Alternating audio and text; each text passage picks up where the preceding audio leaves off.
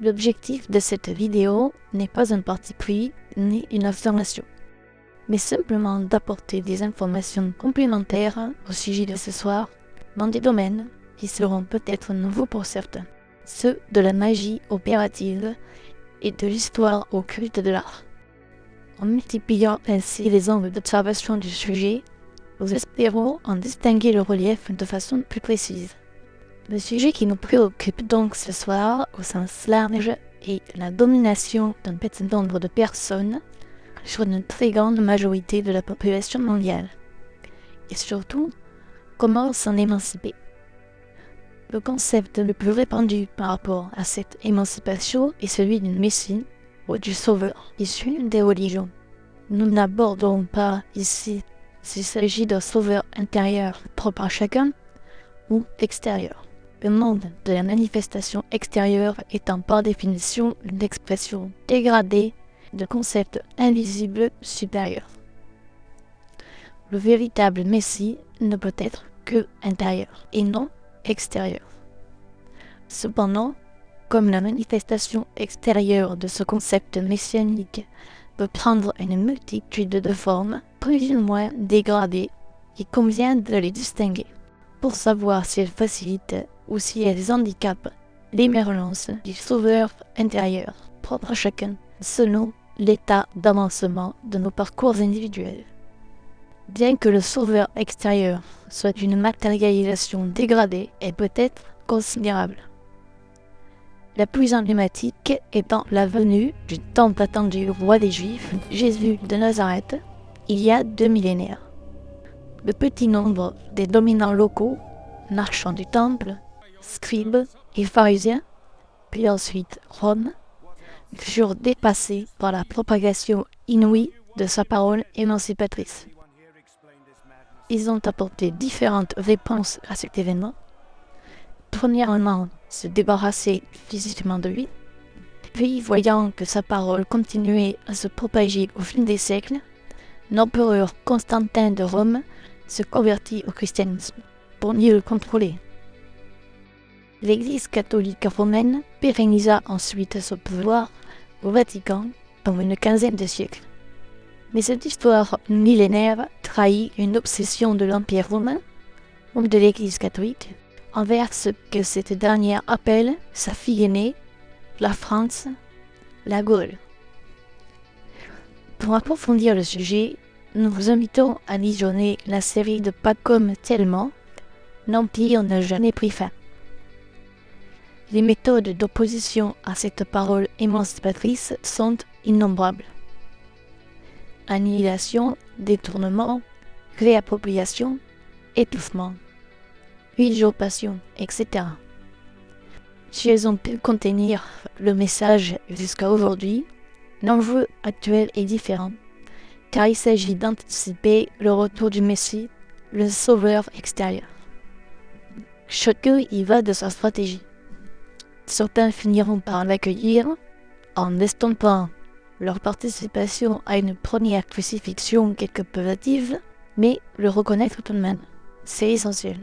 La seule différence entre le Mashiach et celui que eux prétendent être le Messie, c'est que le premier, d'après nous, était un grand naïf qui a présumé du désir des nations de véritablement découvrir le vrai Dieu. Mais maintenant, je vais vous le dire d'une autre manière. Mais qu'est-ce que vous croyez que le Mashiach va faire? Il va faire exactement la même chose, sauf que lui, il va réussir. Ça veut dire, qu'est-ce qu'il va faire le Mashiach? Le premier, le deuxième, le troisième, peu importe. Qu'est-ce qu'il va faire le Mashiach? Il va se tourner vers 7 millions d'hommes et de femmes, et il va leur enseigner, tu aimeras ton prochain comme toi-même. Il va leur enseigner la justice, il va leur enseigner la bonté, il va leur enseigner tout ce qui fait que le monde va se moraliser. Mais encore une fois, le Mashiach, avec 2000 ans de retard, si j'ose dire, va tout simplement essayer de refaire exactement la même chose, sauf que lui va réussir. Pourquoi? Parce qu'il aura les bonnes paroles, les bons mots, la bonne attitude, et aussi que la conjoncture s'y prêtera, ce qui n'était pas le cas d'avant. Oui, messieurs, c'est les Juifs de France qui vont construire la royauté d'Israël Ce qui veut dire qu'ils vont dévoiler le Mashiach. Ils vont vous enfermer quand vous allez... Comment? Les Juifs américains, peut-être. Mais pas les Juifs français. Si certains décident donc finalement de le reconnaître, d'autres sont toujours sur le choix de l'annihilation frontale. Mais ce ne sont pas ces exemples binaires, faciles à identifier, qui nous intéressent. Ce sont plutôt les stratégies intermédiaires, indirectes, bancales, trompeuses, floues et mouvantes, complexes ou sournoises, bien plus difficiles à détecter. Elles se sont multipliées de façon exponentielle à l'approche du deuxième millénaire, passant par le moment pivot des convoitises et des dérives autour de l'héritage de l'écrivain Honoré de Balzac que nous avons commencé à couvrir dans nos derniers dossiers. Balzac et sa femme Ewelina Hanska ont en effet financé l'éducation d'un descendant valois prétendant au trône de France, Pierre d'Ivol, qui est considéré par beaucoup, notamment par le bien renseigné, pointilleux et méticuleux érudit René Guénon, comme étant Fulcanelli, auteur d'ouvrages alchimiques de référence comme Le mystère des cathédrales. Pierre Duvol était le mentor de Paul Lecourt, promoteur de l'apocalyptique ère du Verseau, allègrement reprise par la machine de propagande hollywoodienne à la sauce New Age.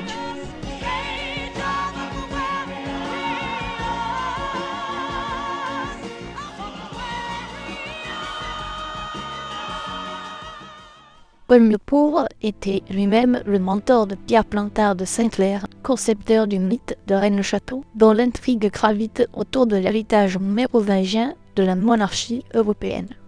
Avec son fameux abbé Saunière, le sauveur Jésus étant un roi, menaçant de ressurgir en France, l'enjeu est de taille. C'est pourquoi la machine hollywoodienne s'empara aussi de ce sujet avec certains blockbusters comme le Da Vinci Code ou encore Matrix. But your name was never Saunière. It's St. Clair.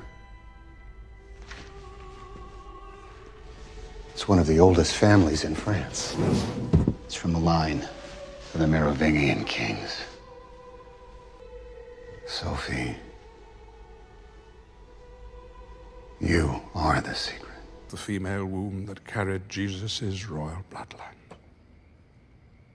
Hallelujah. You're my savior, man. My own personal Jesus Christ. Puis-je vous aider? Yes, we are here to speak with the Merovingian. Of course. He has been expecting you. La guerre des lignées pour usurper l'héritage du Sauveur fait ouvrage. Beaucoup de factions y prétendent, mais avec des méthodes ayant considérablement évolué depuis l'Inquisition. Revenons donc sur l'origine de ces dérives. La femme de Balzac entretenait des relations très étroites avec le magicien le plus emblématique du XIXe siècle, Eliphas Lévi, auteur de cette incontournable représentation modernisée du Baphomet. Eliphas vouait une admiration sans borne à Ewelina, qu'il déclara dans un livre consacré à Rabelais, qui était un protégé des Valois, tout comme Léonard de Vinci. Bien avant le carnage racialiste de la Seconde Guerre mondiale, René Guénon explique dès 1921 qu'Eliphas Lévi avait écrit un grimoire de magie noire suprémaciste, qui pourrait avoir de graves conséquences, surtout si les Anglais ou les Allemands le mettaient en application. Les écrits de René Guénon sont pris très au sérieux par les dirigeants politiques, malgré aussi que ce dernier condamne leur vision du monde avec une intransigeance impitoyable. Dans toutes les sphères politiques, Guénon est beaucoup plus connu qu'on ne le pense. C'est une œuvre qui est lue et relue et que l'on utilise dans tous les milieux. Des fois pas à bon escient, mais qui est utilisée dans tous les milieux. La majorité des lecteurs de René Guénon sont ses meilleurs ennemis, comme François Mitterrand et bien d'autres. Jusque dans les milieux politiques, l'impact de Guénon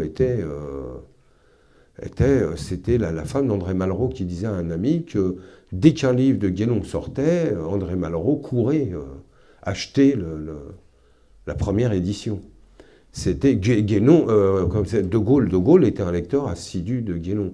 François Hollande passe dans les allées, il regarde et tout d'un coup, il voit ce livre avec la photo de Guénon. Il s'arrête. Et il dit « Ah, René Guénon ? Vous avez écrit sur René Guénon ? René Guénon est très important. Il faut vraiment le lire. C'est un auteur important. » François Hollande, qu'est-ce qu'il fait? Il prend le livre et il l'embarque. Mon éditeur n'a rien dit, il l'a laissé. Il en va de même pour le nouveau roi d'Angleterre, ou le conseiller de Trump, Steve Bannon. C'est là qu'on voit les dérives qui sont incompatibles, en apparence tout au moins, avec la vision guénonienne. Mais à ce moment-là, le raisonnement de Bannon laisse tomber Guénon, évidemment, qui ne correspond plus du tout. Et là, il va se retourner du côté des Volats. C'est aussi le cas d'Alexandre Dugin, dont l'importance de l'influence sur la politique russe a fait de lui la seule personnalité de l'establishment poutinien à être ciblée par un attentat en lien avec la guerre en Ukraine. Les images ont été diffusées en boucle sur la télévision russe. L'explosion de cette voiture à une quarantaine de kilomètres de Moscou sur une autoroute.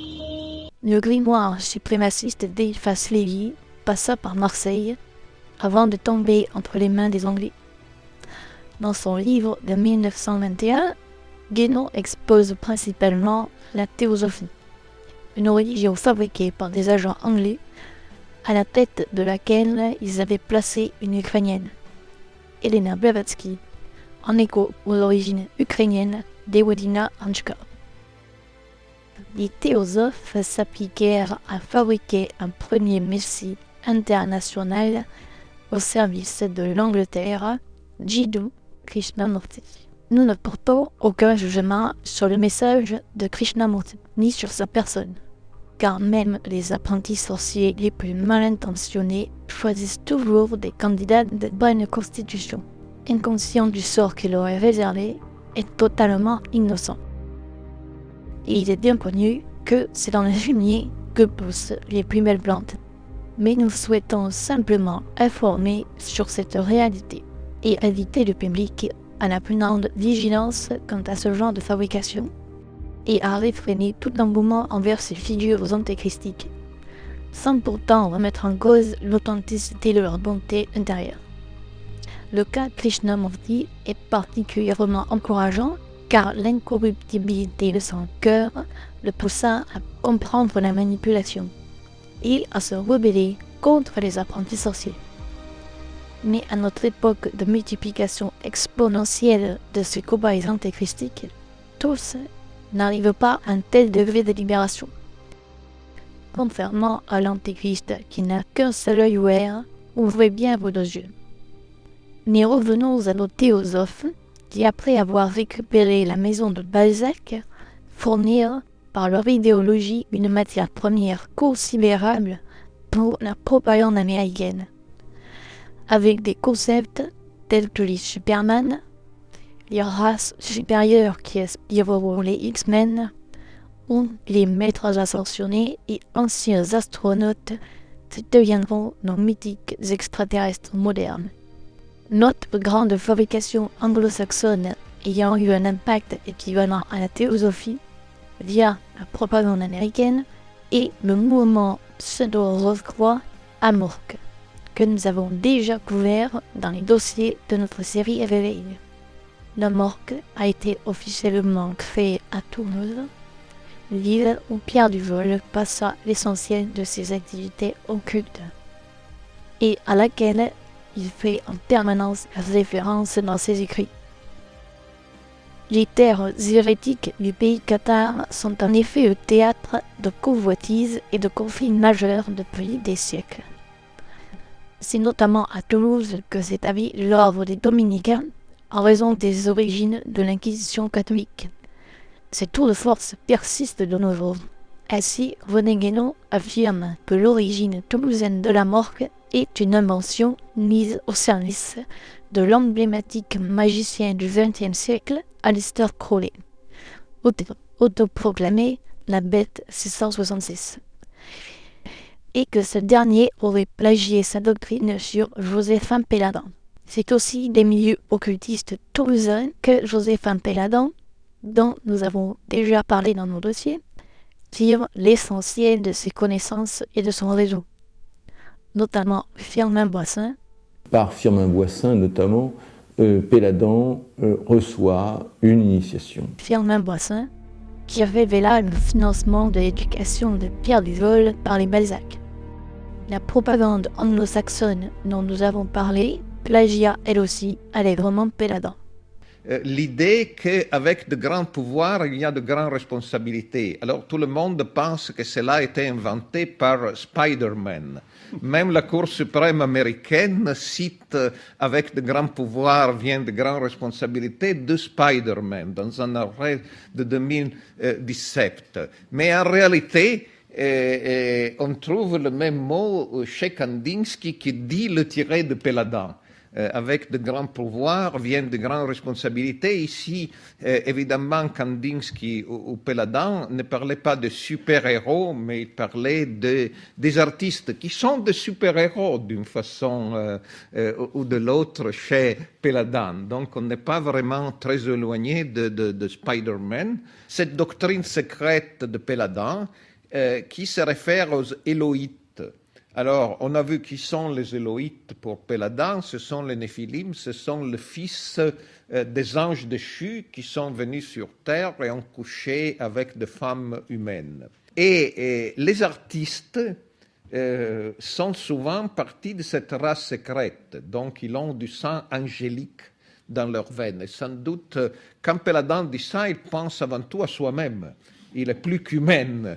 Il a des traces de sang angélique et c'est ça la doctrine secrète, non pas dans ce cas de Madame Blavatsky, mais de Péladan. Continuant sur la lancée de l'arnaque théosophique, l'Angleterre misera sur son agent double Aleister Crowley pour conserver son avance sur l'Allemagne dans cette course au trône mondial suprémaciste.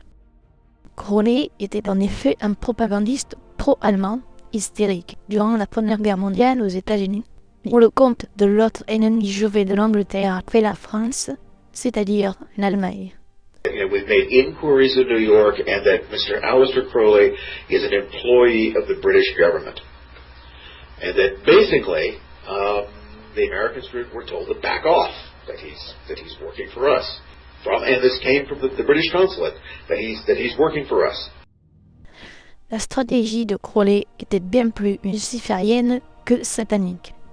C'est-à-dire qu'au lieu d'empêcher l'Allemagne d'agir, il la poussa à en faire trop, à être tellement allemande, trop allemande, au point de dégoûter l'Amérique de l'Allemagne et de pousser cette dernière à la faute. Le succès de cette méthode a été tel que Crowley remit le couvert pour la Seconde Guerre mondiale avec son nouveau protégé, l'artiste peintre autrichien Adolf Hitler.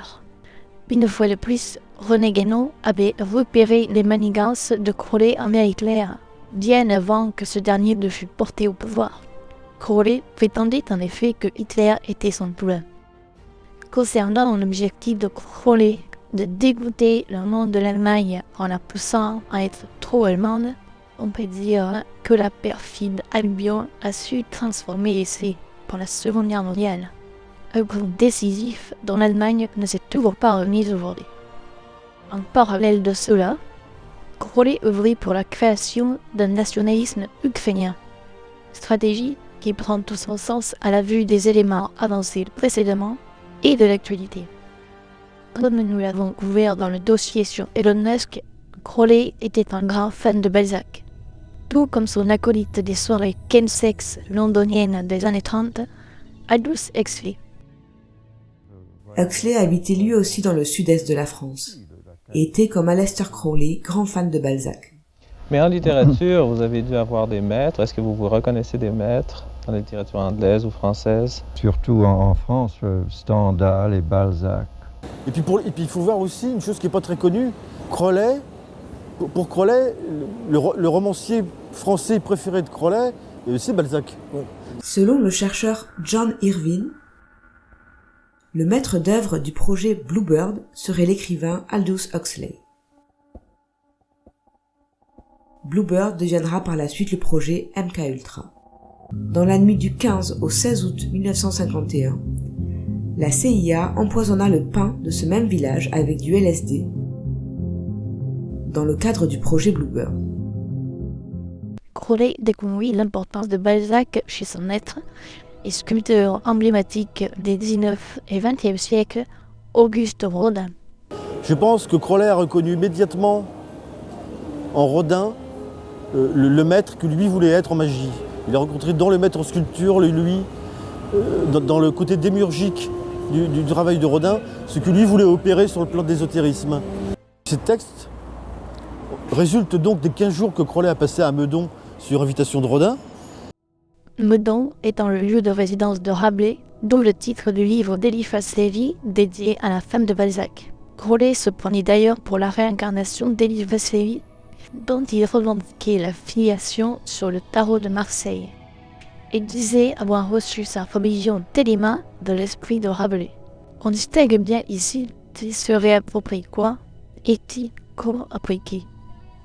Il en va de même pour Rodin, qui avait développé un complexe de taille envers Balzac.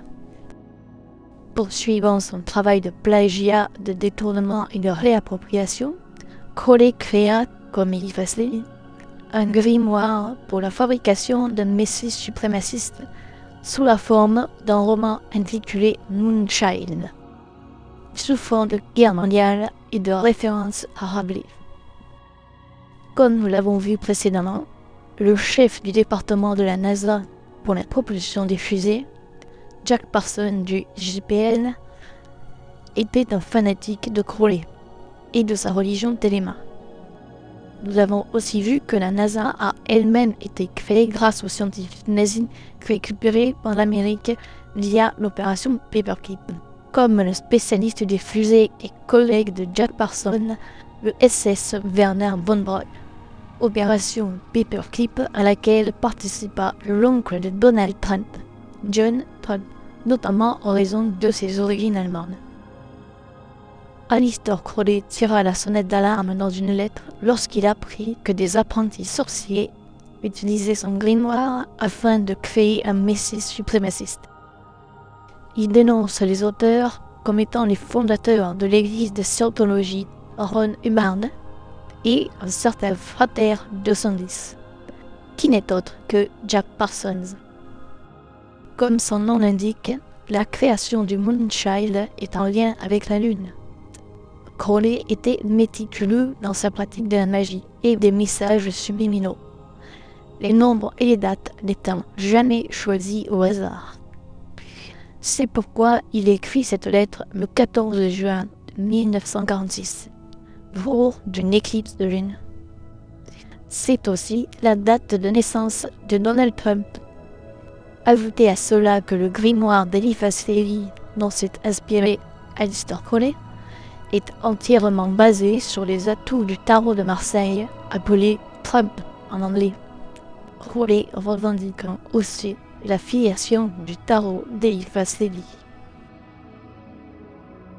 Tout comme pour Krishnamurti, nous ne portons aucun jugement sur Donald Trump, ni sur ses paroles, ni sur ses actions, ni sur ses intentions.